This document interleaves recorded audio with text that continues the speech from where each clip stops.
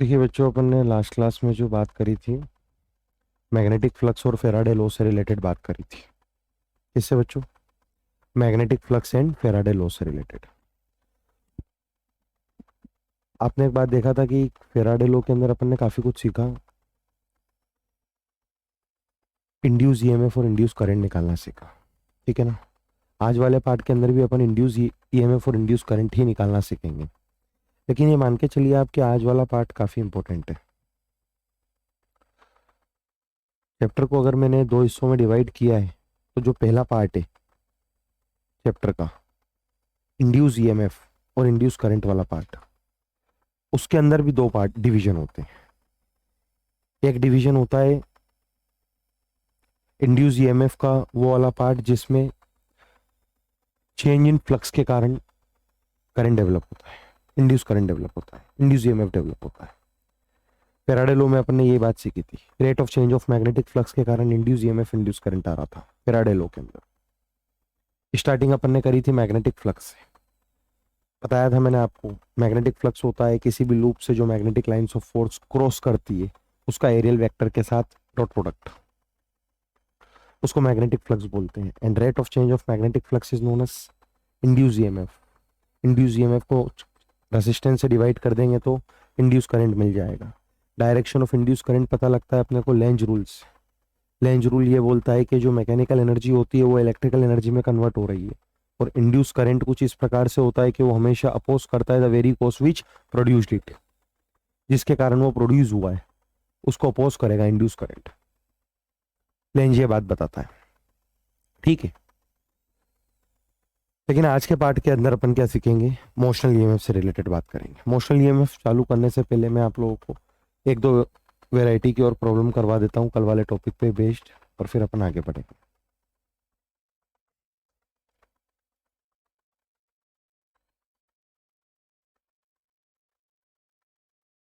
सारी प्रॉब्लम अपन कर चुके थे। ये वाला क्वेश्चन देखेंगे आप लोग।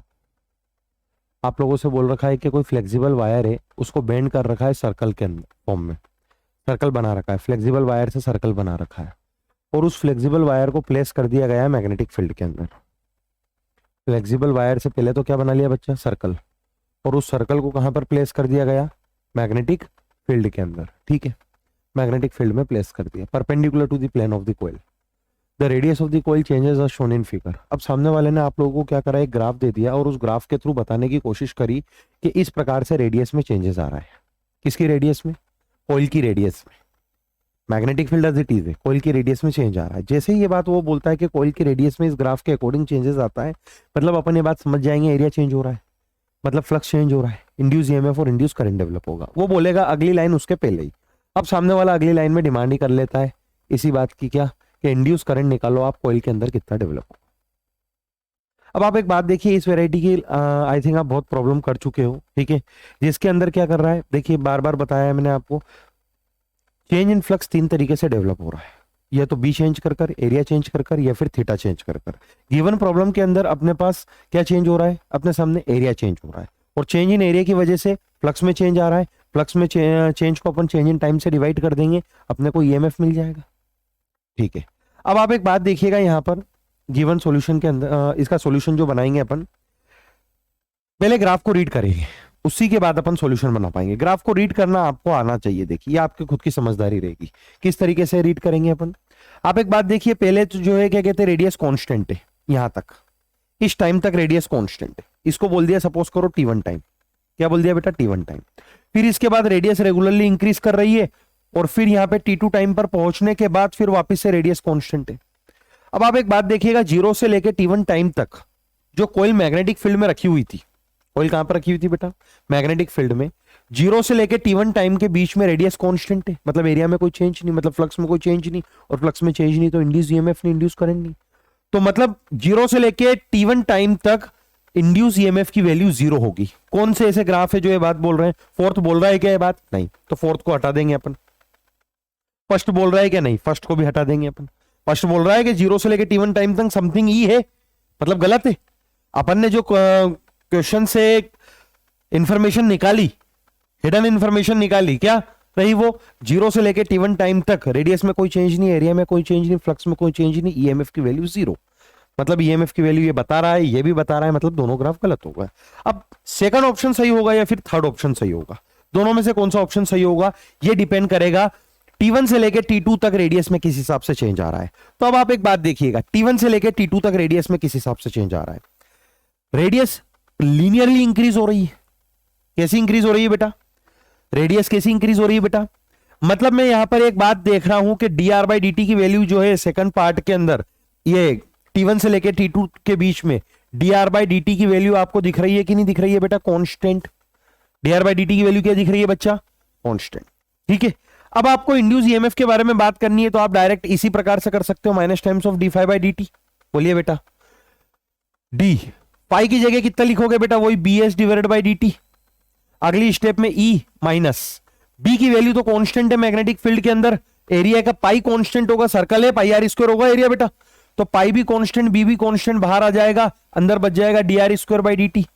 अब यहां पर अपन इसको डिफरेंशिएट करने के लिए एक dr नीचे मल्टीप्लाई करेंगे और एक dr ऊपर, dr²/dr का डिफरेंशिएशन कितना हो जाएगा बच्चा यहां पर, ये तो वाली टर्म तो कांस्टेंट हो गई 2r, और क्या बच जाएगा dr/dt वापस से कांस्टेंट।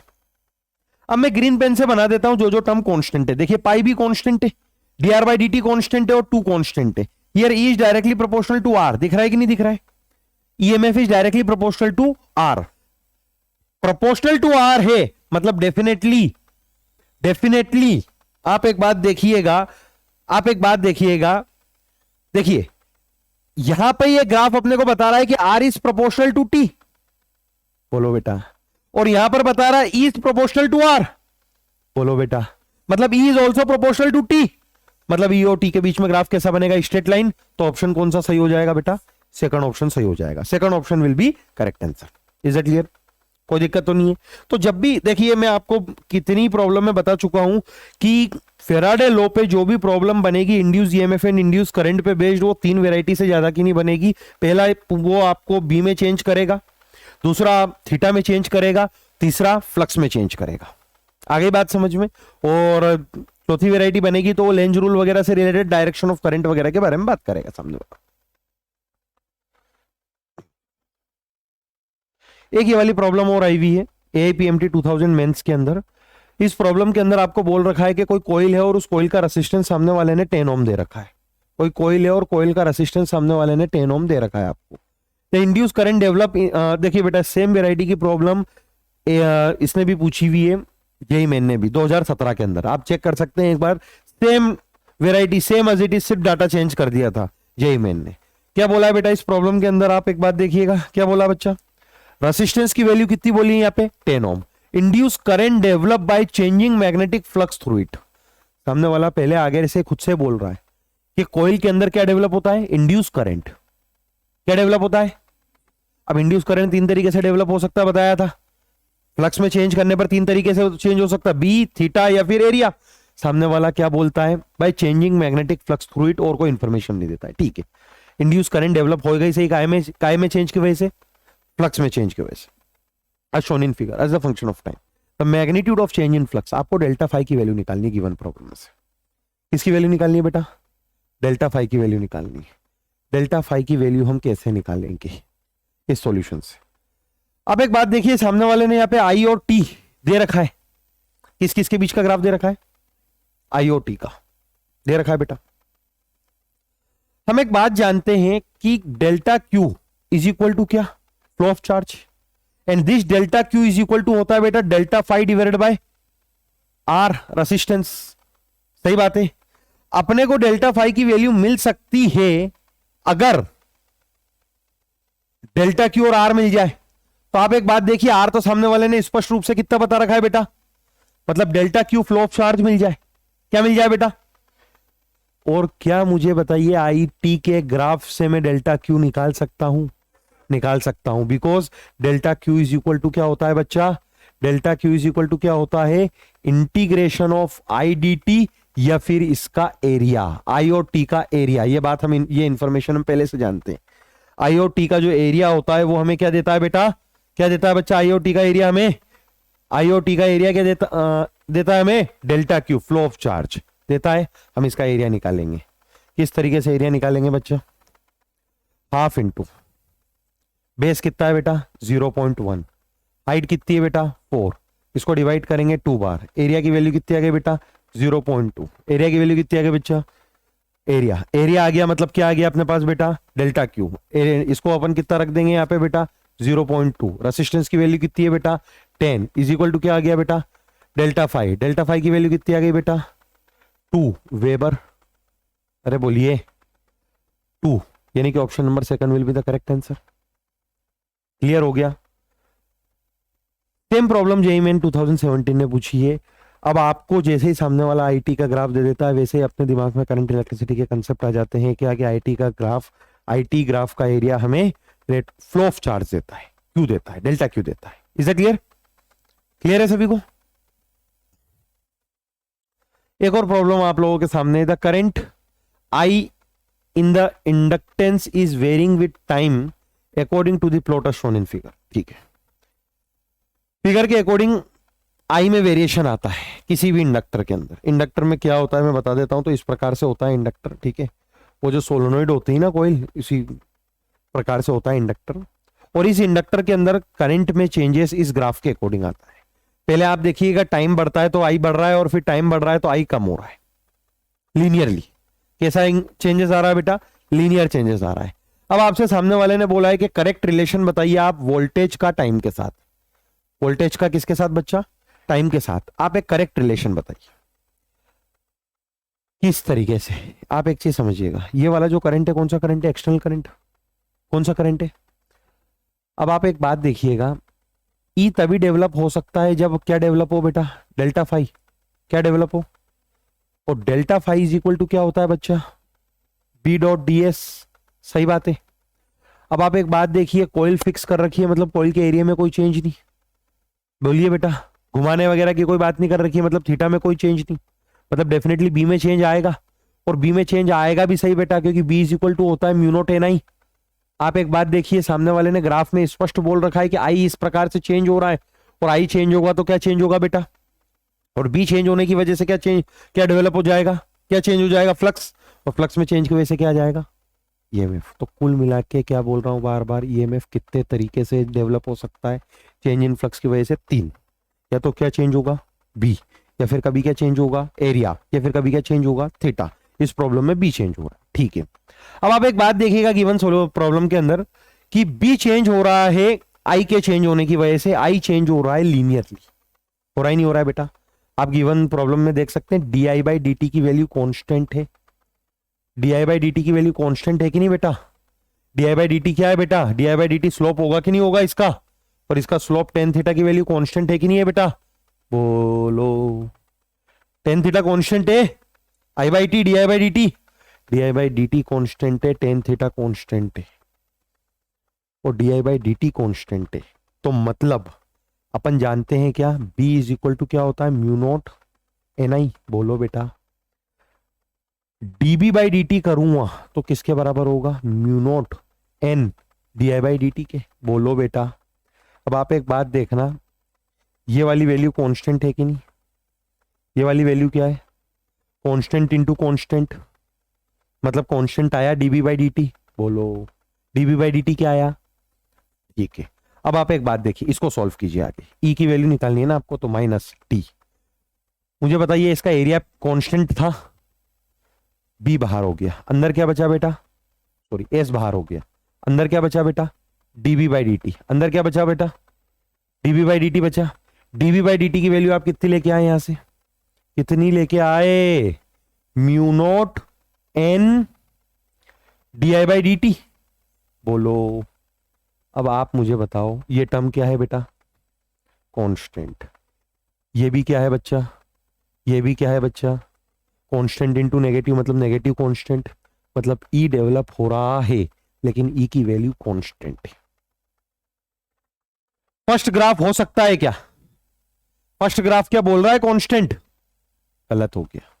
सेकंड हो सकता है क्या? थर्ड हो सकता है क्या? हो सकता है। तो कौन सा हो सकता है? फोर्थ हो सकता है। अरे समझे नहीं समझे? कौन सा हो सकता है? अब एक बात और बता दूं, नेगेटिव है आ रहा है यहां पे, तो ग्राफ नीचे से आ जाता, किधर से आ जाता, दोनों देता तो अपन नीचे वाले को पहले प्रेफरेंस देते, और नहीं दे रखा है तो सिर्फ अपन इसको प्रेफरेंस देंगे और आगे बढ़ेंगे। अरे क्लियर है? तो आप देखिए ई की वैल्यू क्या हो गई बेटा, कांस्टेंट हो गई। अच्छा फिर ये चेंज क्यों हो रहा है बेटा, आई भी अपना साइन चेंज कर रहा है। अरे आई चेंज हो रहा है कि नहीं हो रहा है? अब D I by D T की वैल्यू यहां पे नेगेटिव है कि नहीं सेकंड पार्ट में? अरे सेकंड पार्ट में जो D I by D T है वो नेगेटिव कांस्टेंट है कि नहीं है? बोलो बेटा। और D I by D T अगर अपना साइन चेंज करेगा तो ई भी अपना साइन चेंज कर लेगा, तो इस वजह से पहले ई ऊपर था बाद में ई नीचे। क्लियर है?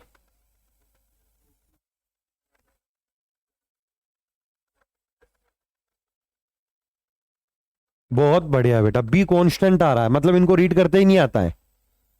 मैंने कहा यहां पे बोल दिया बी कांस्टेंट है, बी कांस्टेंट होता तो फिर dB by D T zero हो जाता, डिफरेंशिएट ही नहीं कर सकते थे हम उसको।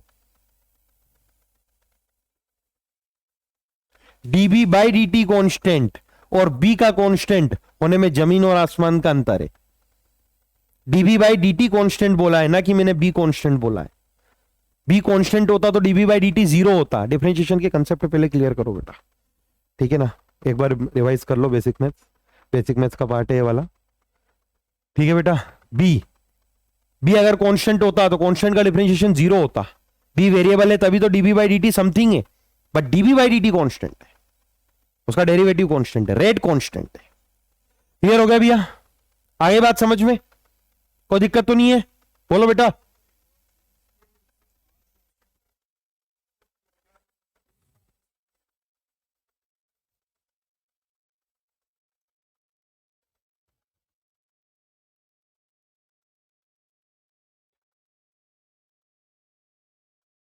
एक बच्चे ने पूछा मुझसे कि v equal to I R के ग्राफ से डायरेक्ट अपन v के लिए ग्राफ क्यों नहीं बना सकते?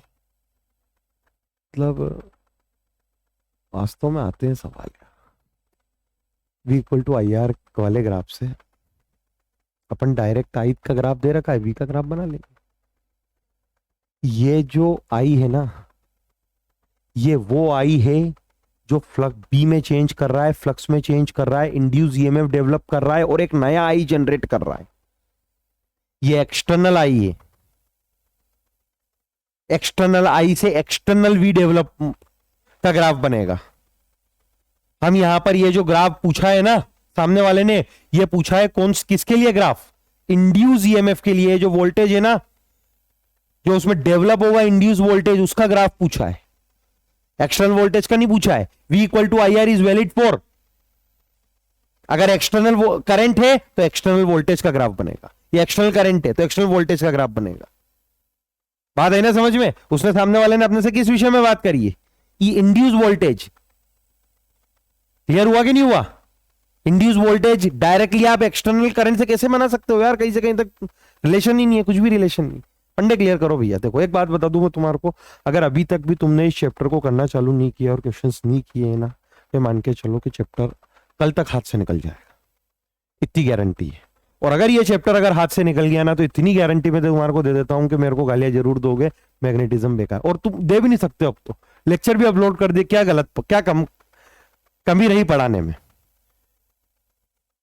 पता नहीं लगेगा मैग्नेटिज्म कब निकल जाएगा हाथ से। मतलब तुम जो पूछ रहे हो ना वो कंसेप्ट ही कहीं से कहीं तक रिलेट नहीं कर रहा है, तुम्हारे फंडे क्लियर नहीं हुए।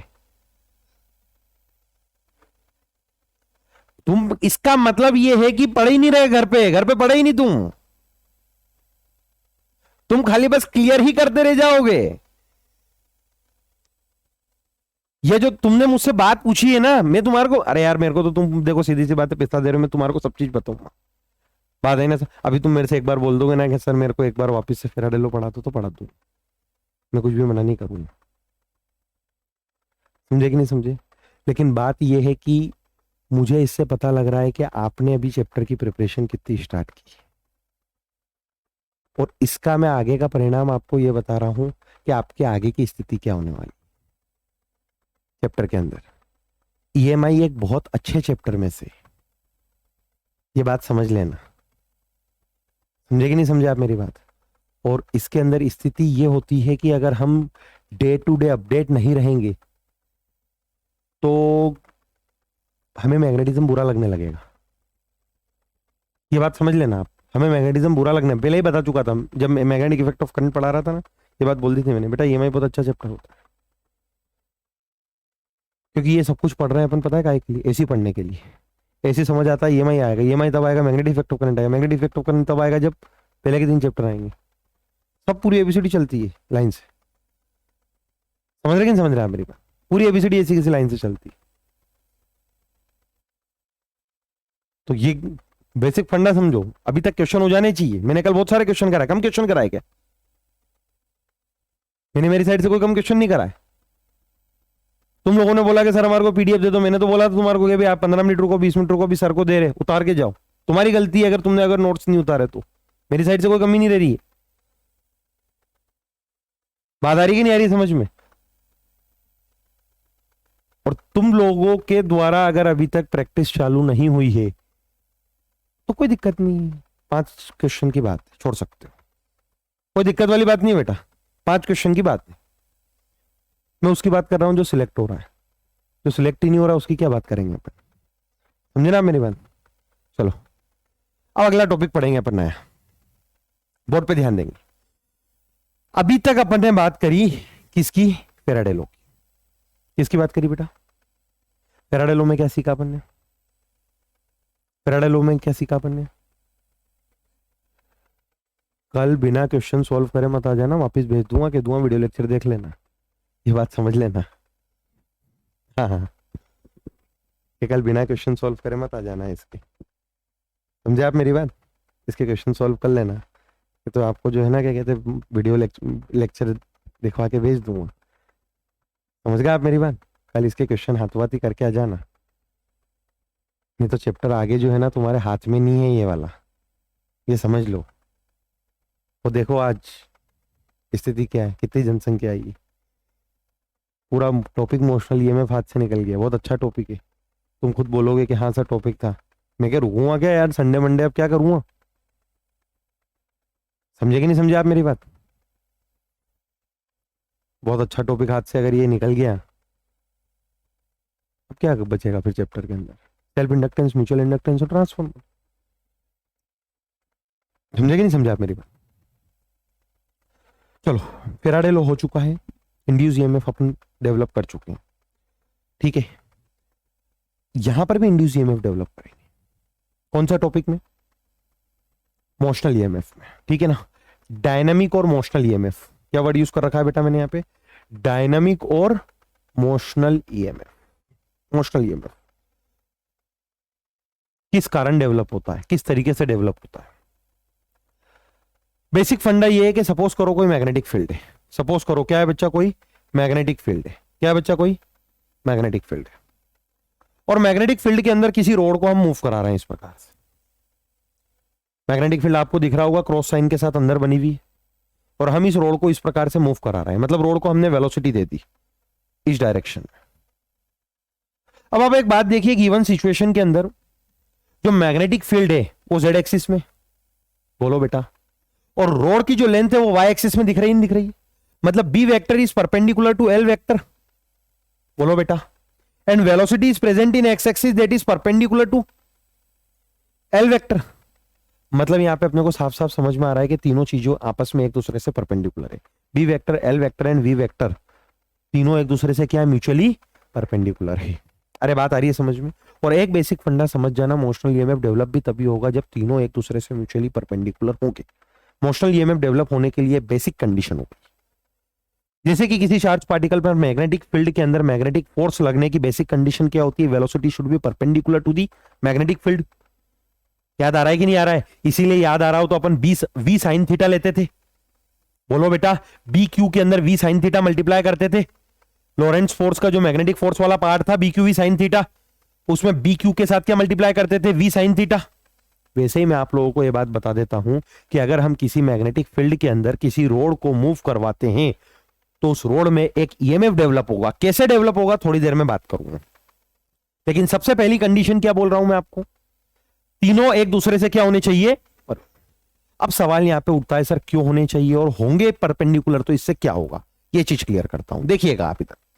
मैं इस रोड को अगर इस प्रकार से मूव करा रहा हूं और रोड कंडक्टिंग है तो डेफिनेटली उसके अंदर जो चार्जेस है वो भी मूव कर रहे हैं। बोलो बेटा, रोड में चार्जेस होंगे, इसे कंडक्टिंग रोड में चार्जेस मूव कर रहे हैं। अब रोड में दोनों प्रकार के चार्जेस होंगे, पॉजिटिव भी होंगे और नेगेटिव भी होंगे। अपन एक डायरेक्शन के बेसिस पे पॉजिटिव चार्ज लेके चल लेते हैं। तो अब आप एक बात देखिएगा, सपोज करो रोड का जो पॉजिटिव चार्ज है वो रोड के साथ मोशन कर रहा है इधर की तरफ। बोलो बेटा, वो रोड के साथ मोशन कर रहा है कि नहीं इधर की तरफ? मतलब मैं बोल सकता हूं velocity is perpendicular to the L vector. बोलिए बेटा, है कि नहीं है बेटा? अब आप एक बात देखिएगा, यहां पर मैग्नेटिक फील्ड यहां पर प्रेजेंट है किधर की तरफ? अंदर की तरफ। किधर की तरफ मैग्नेटिक फील्ड प्रेजेंट है बेटा? अंदर की तरफ। अंदर की तरफ मैग्नेटिक फील्ड प्रेजेंट है। एक चार्ज पार्टिकल के पास वेलोसिटी है और वो वेलोसिटी मैग्नेटिक फील्ड से परपेंडिकुलर है, दिख रहा है आपको? बोलो बेटा, एक चार्ज पार्टिकल के पास क्या है और वो वेलोसिटी मैग्नेटिक फील्ड से क्या है? मतलब मैग्नेटिक फोर्स लगेगा। मैग्नेटिक फोर्स लगेगा नहीं लगेगा? मैग्नेटिक फोर्स क्या होता है? BQV sin theta. बोलो बेटा, ये मैग्नेटिक फोर्स किधर की तरफ लगेगा? डायरेक्शन निकालना है तो अपन यूज करेंगे right hand thumb rule. Place your palm in the direction of V vector. इसको घुमा दो किसके डायरेक्शन में बेटा? B वेक्टर के डायरेक्शन में।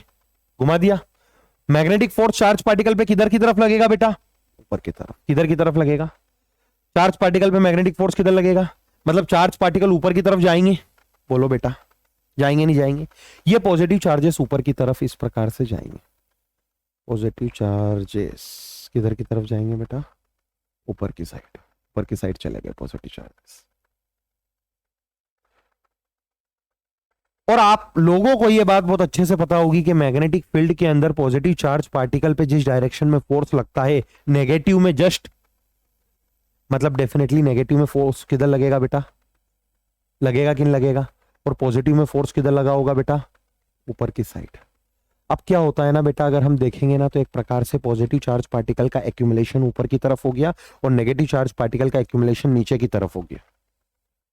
इन पर जो मैग्नेटिक फोर्स लगा है ये ऊपर की तरफ लगा है और मैग्नेटिक फोर्स FM की वैल्यू कितनी है बेटा? BQV। साइन थीटा की वैल्यू तो 1 हो जाएगी बेटा। क्यों 1 हो जाएगी साइन थीटा की value? Because theta is the angle between B and V।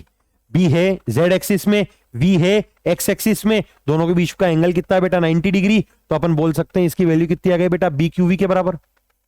नहीं समझे?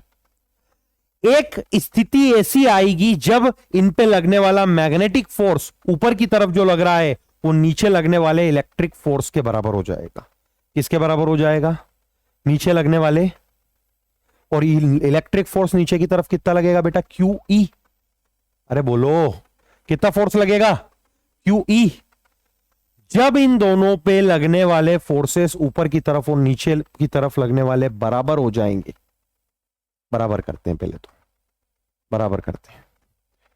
मैग्नेटिक फोर्स की वैल्यू BQV। बोलो बेटा, मैग्नेटिक फोर्स की वैल्यू कितनी बेटा? BQV।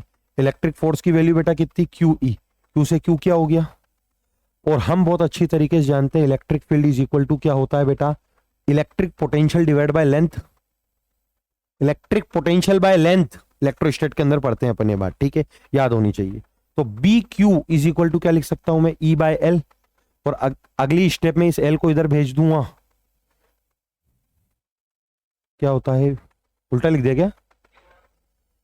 2 मिनट, हाँ सही तो लिखा था। E is equal to, capital E is equal to क्या होता है बेटा? E by L। V by L होता है ना। अब मैं यहां पे क्या लिख देता हूं बच्चा? Q और Q को कट करते हैं तो BV is equal to E by L। अरे बोलो, ये L है ना, ये L, ठीक है। E की वैल्यू कितनी आ गई बच्चा? BVL। अरे आ गई। E क्या चीज है बेटा? EMF। क्या चीज है बेटा? डेवलप इन दी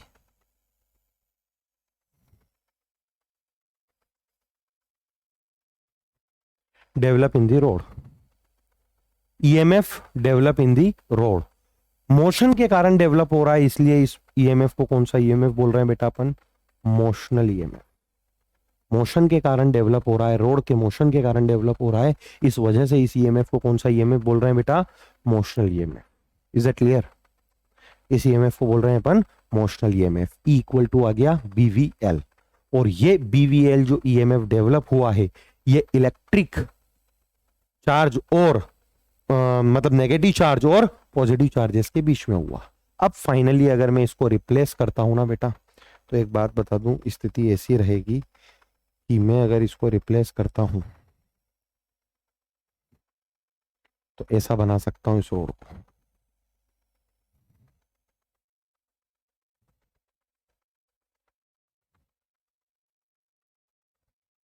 ऊपर कौन से चार्जेस आए, नीचे कौन से चार्जेस आए, और ऊपर पॉजिटिव चार्जेस आए तो बैटरी का कौन सा टर्मिनल बन गया, और नीचे कौन सा टर्मिनल बन गया, इस तरीके से। टर्मिनल की जानकारी होना जरूरी है। टर्मिनल किधर बनेगा तो ये भी आप राइट हैंड थंब रूल से निकालना। वेलोसिटी के डायरेक्शन में पाम को रख देना, मैग्नेटिक फील्ड के डायरेक्शन में घुमा देना, जिधर थंब आएगा उधर पॉजिटिव टर्मिनल बनेगा, फिक्स। क्या बोला बेटा मैं, वेलोसिटी के डायरेक्शन में, यहां पे लिख देता हूं मैं आप लोगों के लिए, place your palm, place your right hand palm, right hand palm in the direction of v vector,